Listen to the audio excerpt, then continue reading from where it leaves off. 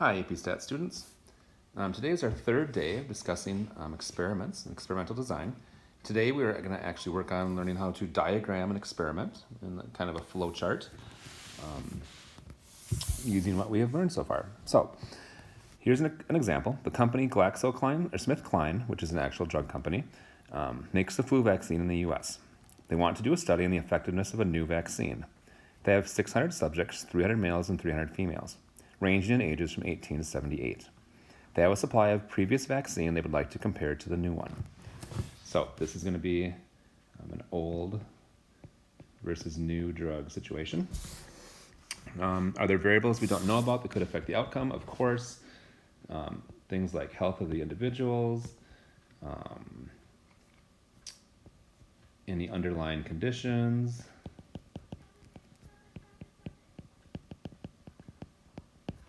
whether or not they're smokers,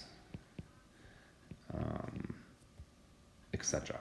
Okay, so there's lots of things that could affect the outcome. Do we need a control group? In this case, the answer would be no. We have an old vaccine versus a new vaccine. That gives us a comparison. We don't want to, with the flu and how dangerous it is, we don't want to give somebody nothing, like a placebo. So is a placebo necessary? I would say no. In this case, with an old and new drug, we do not need one. So let's produce 3 experimental designs for this situation. We'll do a completely randomized design, the randomized block design where we'll block on gender, and then a matched pairs design where we'll do age and gender. So a completely randomized design would look like this. You don't have to use ovals like this, or you could use any shape you want. But basically, you start with your subjects. We have 600 subjects. And in a completely randomized design, we just split them into the number of treatment groups we need. So we would do random assignment into 2 groups, 300 people to get the old vaccine, 300 to get the new. Okay. Right now, in a completely randomized experiment, we don't care about the gender, the fact that there were 300 of each. The random assignment should equally split up the genders into the 2 groups. And then we'll compare the results. It's very important that at this point in the experimental design, you do mention that you're randomly assigning those treatments, okay? If you don't have that in there, then the picture is not completely correct. And you should include numbers if you have them. So 300 in each group, okay?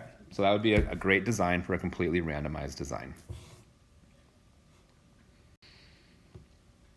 The next design is a randomized block design, and we said we would block on gender. So in this situation, the researchers would think, you know what, maybe the vaccines will affect men differently than women. So in order to take that variable out of the equation, we're going to split up the men and women in the beginning of this experiment, and that's called blocking. So you'll see we start with 600 subjects, and then we're going to block on gender. You need to say that. And we're blocking into 2 groups, 300 men, 300 women.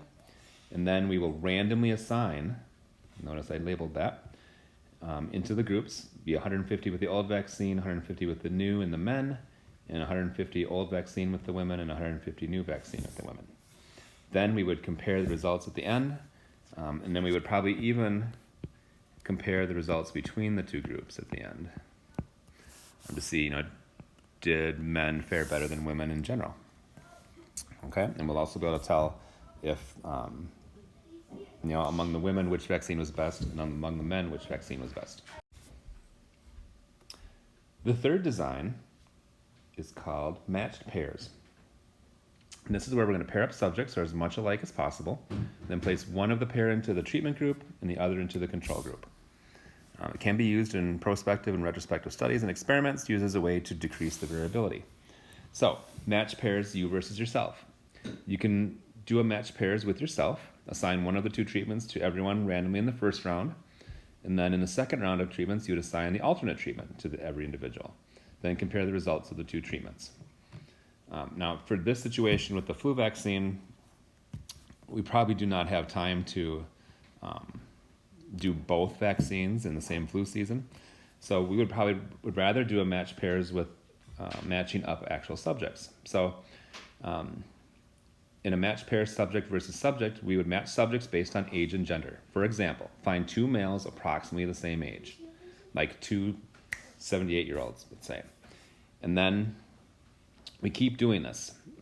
Keep matching up until we have 150 pairs of men matched together, because there were 300 to start with. And we would do the same for the women, finding 2 women of about the same age. And then we'd randomly assign 1 of each matched pair to get the old vaccine and 1 of each to get the new one. And we could do that by flipping a coin, names in a hat, etc. And then at the end of this study, we'll compare the results between the old vaccine recipients and the new vaccine recipients. That would be a really good way to see if age and gender mattered between the 2 vaccines.